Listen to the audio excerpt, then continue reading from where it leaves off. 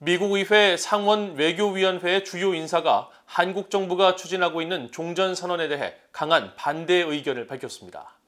도널드 트럼프 전 대통령 시절 상원 외교위원장을 지냈던 공화당의 제임스 리시 의원은 대북 정책에 관해 미국과 한국은 보조를 맞춰야 한다면서 종전선언에 강하게 반대하고 종전선언은 한국을 안전하게 만들지 않을 뿐 아니라 북한은 물론 중국에게도 선물이 될 것이라고 지적했습니다. 이조은 기자가 취재했습니다. 미국 상원 외교위 공화당 간사인 제임스 리시 상원 의원은 북한 문제에 대해 미국과 한국이 보조를 맞추는 데 중점을 둬야 한다고 밝혔습니다.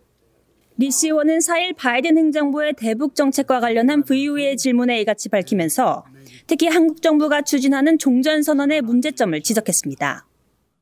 한국 문재인 정부의 종전선언 제안은 한국을 더 안전하게 만들지 않을 것이며 북한만이 아니라 중국에도 선물이 될 것이라는 주장입니다. 미국 상원에서 국가안보와 외교를 다루는 외교위원회의 공화당 대표가 종전선언 추진에 대해 우려를 밝힌 건 이번이 처음입니다. 앞서 지난 12월 중순에는 하원에서 한국계인 영김 의원 주도로 30여 명의 공화당 의원들이 바이든 대통령에게 북한 정권의 비핵화 약속이 없는 일방적인 한국전 종전선언에 반대한다는 공동서한을 보낸 바 있습니다. 하원 외교위원회 공화당 서열 2위인 크리스 스미스 하원 의원도 4일 VOA에 문재인 정부가 제안한 종전선언에 바이든 행정부가 동참해선 안 된다고 경고했습니다. 문재인 정부가 제안한 종전선언은 북한의 인권 개선과 비핵화를 효과적으로 분리하면서 김정은의 요구를 들어주는 것이라는 주장입니다. 하원에서는 지난해 중순부터 브래드 셔먼 하원 의원 주도로 민주당의 진보 성향 중심의 20명에서 30여 명의 하원 의원들이 종전선언이 포함된 한반도 평화법안 발의와 공동서한 발송을 통해 미국의 종전선언 동참을 촉구하고 있습니다. 공화당의 리시 의원과 스미스 의원은 미한 연합군사훈련 실시와 북한 인권특사 임명을 촉구하기도 했습니다. 리시 의원은 특히 바이든 행정부가 북한을 억제하고 군사태세를 유지하기 위해 한국, 일본과 정기적이고 일관된 훈련을 하도록 해야 한다고 밝혔습니다.